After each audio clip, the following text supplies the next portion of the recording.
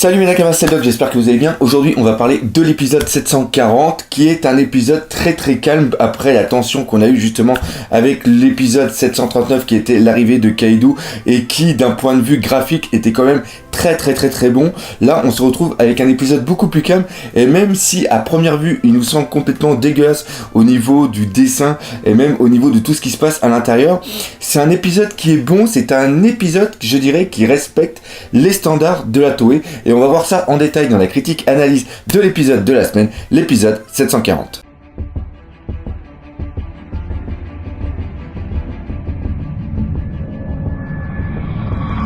Alors comme chaque début de vidéo, il y en a encore des personnes qui vont poser les questions dans genre cet épisode il correspond à quel chapitre. C'est quelque chose que je fais depuis que je crée ces vidéos, les réactions, les critiques et analyses d'épisodes. À chaque fois je fais le parallèle entre l'épisode et le chapitre et il y en a toujours qui ne regardent pas ça, c'est-à-dire qu'ils sautent.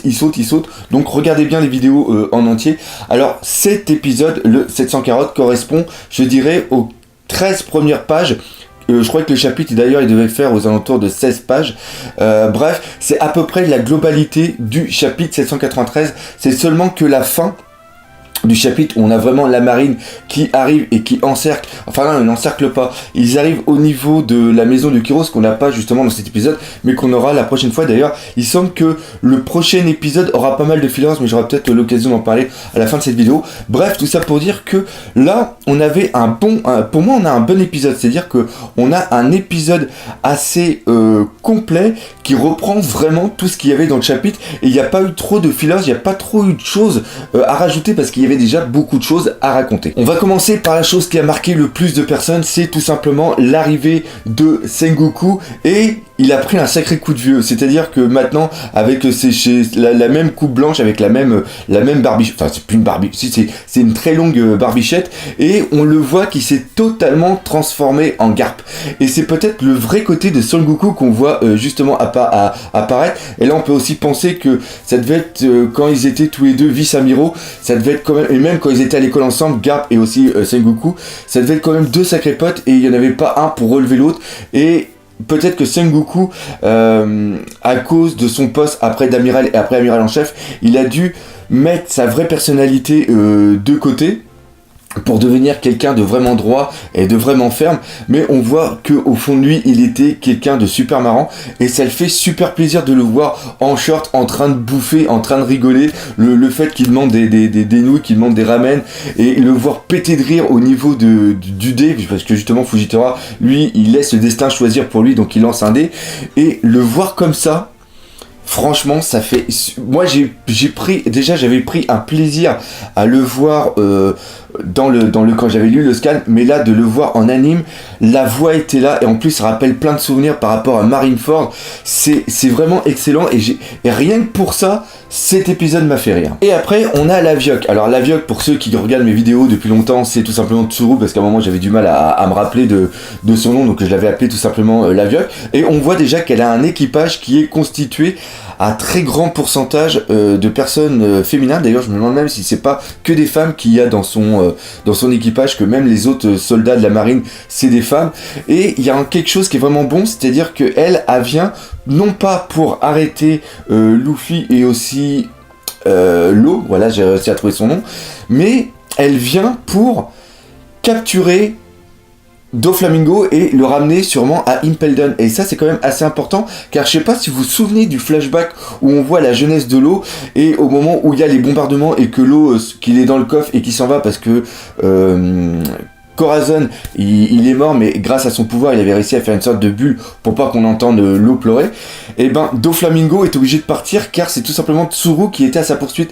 Et là on peut penser que justement Tsuru, c'est une mission qu'elle n'avait jamais réussi à remplir, c'est-à-dire d'arrêter Doflamingo. Puis une fois que Doflamingo, bien sûr, est devenu un Shichibukai, elle ne pouvait plus l'arrêter, elle ne pouvait plus. Et puis elle avait peut-être cette rancœur au fond d'elle. Et là maintenant, de capturer, de prendre Doflamingo et de l'emmener jusqu'à Impel Down est peut-être justement la fin d'une mission qui avait été mise depuis très longtemps en suspens. Et ça, encore une fois, c'est quelque chose qu'on voit dans des épisodes, dans des chapitres, il y a plus d'une vingtaine de chapitres, et là que justement on choisisse Tsuru pour que Oda ait choisi Tsuru pour ramener Doflamingo à Impel Down.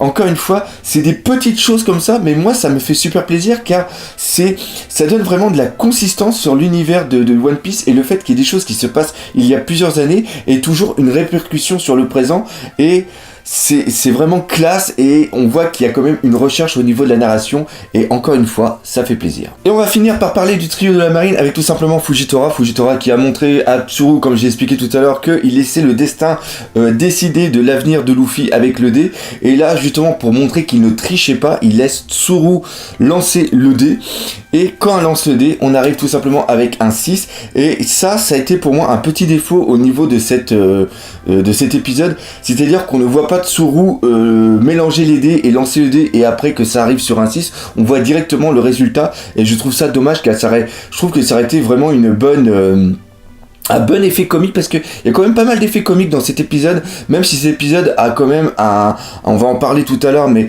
quelque chose d'assez symbolique dans la façon dont il a été fait, et aussi de très intime, voilà, c'est ça le mot que je cherchais, et il y a quand même des passages à côté qui sont comiques, et là ça a été excellent, c'est-à-dire de voir Sengoku, tout le monde à côté, en train de regarder le lancer dé, puis voir qu'il y a un 6, et voir les yeux complètement exorbités de toutes les personnes, même Fujitora, pourquoi il est aveugle, mais voir les yeux qu'il est exorbité, ça aurait pu être... En effet, ça peut être quelque chose d'assez comique. Je trouve que c'est vraiment dommage de ne pas avoir accentué là-dessus. Et tout ça pour revenir au fait qu'on a bien un 6. Et là, Fujitora, c'est vraiment quelqu'un qui est extrême dans tout ce qu'il fait. C'est-à-dire que quand il y avait un 1, il ne faisait rien. Mais là, quand il est dans un 6, il ne va pas faire seulement que capturer Luffy et capturer l'eau comme lui a demandé Akainu, mais il va carrément capturer tous les pirates qui sont directement sur l'île de Dressrosa, et il va même aller jusqu'au palais de Riku, où il y a tous les pirates qui ont aidé justement à la libération de Dressrosa. Et là encore une fois, il y a quelque chose qui était vraiment très très bon, parce qu'il y a un très bon dialogue entre Fujitora et Tsuru quand elle est arrivée avec, j'allais dire avec Gap, mais non c'est pas Gap, avec Sengoku. C'est le fait qu'elle lui pose la question pourquoi elle est toujours pas arrêtée, et là, Fujitora, je me rappelle plus exactement les termes que c'est, mais lui dit, est-ce que je dois l'arrêter comme un sauveur ou vraiment comme un pirate, et tricher sur le fait que c'est nous qui avons sauvé ou pas Dressrosa. Et encore une fois, je trouve que c'est bon, car ça montre un visage différent de ce qu'on a l'habitude d'avoir au niveau de la marine. On va parler maintenant de la famille Riku. Alors le roi est revenu sur le trône, il a été publicité par la population, et la population est contente. Et là, on s'aperçoit que c'est Rebecca qui va être la future princesse de Dressrosa. Et là, ça peut poser des questions par rapport au rôle de Viola, parce que normalement Riku est le roi, donc obligatoirement c'est sa fille qui doit être la reine, et là on arrive directement, on saute une étape et on arrive directement sur la petite fille qui est Rebecca. Et pourtant ça c'est logique de plusieurs façons. Premièrement, d'un point de vue symbolique, Viola a fait partie de la famille Doflamingo, donc même si elle rachète ses péchés et même si elle était un agent double, au niveau de la population, il y en a quand même peut-être quelques-uns qui vont avoir un ressentiment envers elle, et donc ils ne vont pas l'accepter en tant que princesse et après future reine. Et après, la deuxième raison est plus quelque chose d'un point de vue, je dirais, symbolique et d'un point de vue lignée, c'est-à-dire que Riku est le roi, donc obligatoirement, ça sera son enfant, son premier enfant, qui deviendra le futur héritier ou héritière du trône. Parce que là, normalement, ce ne sont pas que des garçons qui sont, comme la monarchie française, c'était obligatoirement des garçons qui devaient être les rois. Là, normalement, dans la monarchie qui est en place au niveau de Dressrosa, ça peut être un garçon ou une fille. Et là, tout simplement, c'était Scarlett. Et Scarlett devait devenir obligatoirement la princesse. Mais entre-temps, il s'est passé des conneries. Et donc, si on suit la logique de lignée, vu que Scarlett était encore vivante, logique, je viens de dire une grosse connerie, je vais dire, vu que Scarlett était encore vivante quand elle a eu Rebecca, bah oui c'est normal, vu que c'est son enfant, c'est obligatoire. Ça je couperai pas ça au montage, je vais le garder, mais ce que je veux dire c'est que vu que normalement c'était Scarlett qui devait devenir la princesse, même si elle était partie se planquer avec Kyros, c'est obligatoirement sa lignée qui va être la descendante au niveau du trône, qui va être la, je dirais pas la descendante, mais qui va être la principale. Je suis en train un petit peu de me mélanger, mais vu que Rebecca est la première enfant de Scarlett, obligatoirement c'est elle qui va hériter du trône. Ça ne peut pas être sa tante ou quoi que ce soit, on doit suivre la lignée, donc c'est obligatoirement les descendants directs qui doivent être les représentants et les personnes qui doivent accéder au trône. Donc j'espère que je me suis pas trop mélangé et j'espère que vous aurez compris. Et Kyros, lui, se voit comme un boulet, se voit comme un fardeau par rapport à Rebecca, car encore une fois, il s'en veut de ne pas avoir pu sauver le roi Riku contre Doflamingo, de ne pas avoir sauvé sa mère et d'avoir sa femme Scarlett et la mère de Rebecca. Et aussi, il s'en veut d'avoir obligé Rebecca à devoir combattre pour survivre et de ne pas avoir joué son rôle vraiment de père. Et ça, pour lui, c'est quelque chose qui lui fait mal. Et là, je vais faire aussi une petite parenthèse de ce que j'ai pas dit tout à l'heure. C'est-à-dire que Rebecca, par le fait qu'elle a été la représentante tout le temps selon l'ère, je dirais, de Doflamingo, au Colisée, Rebecca était toujours la représentante de la famille Riku et qu'elle est combattue en son nom, redore justement un petit peu le blason de la famille Riku, et c'est pour ça aussi que c'est elle qui doit devenir la reine. Et Kyros, dans la lettre, lui explique que lui, c'est un ancien criminel et qu'il représente un petit peu le côté néfaste de la vie que justement Rebecca a eu, et que si elle vit avec son grand-père sans Kyros, eh ben, elle aura une meilleure vie. Et c'est pour ça qu'il lui écrit la lettre. Et il y a toute cette symbolique qui est vraiment jolie. Je sais pas si vous avez remarqué, mais au niveau des pétales qui arrêtent pas de bouger, qu'il y en ait un jaune, qu'il y en ait un rose. Le jaune symbolise justement tout ce qui est la famille Kyros et aussi Scarlett. Ça représente le champ de tournesol, et le rose symbolise un petit peu la royauté et symbolise le futur de Rebecca, et Rebecca aussi en elle-même. Et le voir que les pétales tombent et après des fois qu'ils se séparent, je trouvais qu'il y avait une très très belle symbolique et qu'il y avait une très très belle intimité qui était présente tout au long de cet épisode. Et encore une fois, là je vais parler un tout petit peu de l'aspect graphique de cet épisode qui a pu rebuter certaines personnes en trouvant qu'il était complètement dégueulasse, qu'il n'était pas beau, mais encore une fois, il correspond aux standards de la Toei. Et certes, l'épisode précédent qu'on a eu avec le passage sur Kaido, merci, je me rappelais plus son nom. C'était un épisode qui était marquant, c'était un épisode qui avait de l'impact, c'est pour ça qu'il a été aussi beau. Mais des épisodes comme ça, c'est vraiment des épisodes qui sont super rares. L'épisode qu'on vient d'avoir était pour moi un bon épisode, car il faisait passer assez de sentiments et le dessin était assez beau pour qu'il soit agréable à regarder. Bon, encore une fois, j'ai parlé beaucoup plus que prévu et ça a été beaucoup plus long que je le pensais pour parler de différents points. Et on va parler maintenant d'un passage assez important, c'est l'humour au niveau de One Piece qui était encore super présent.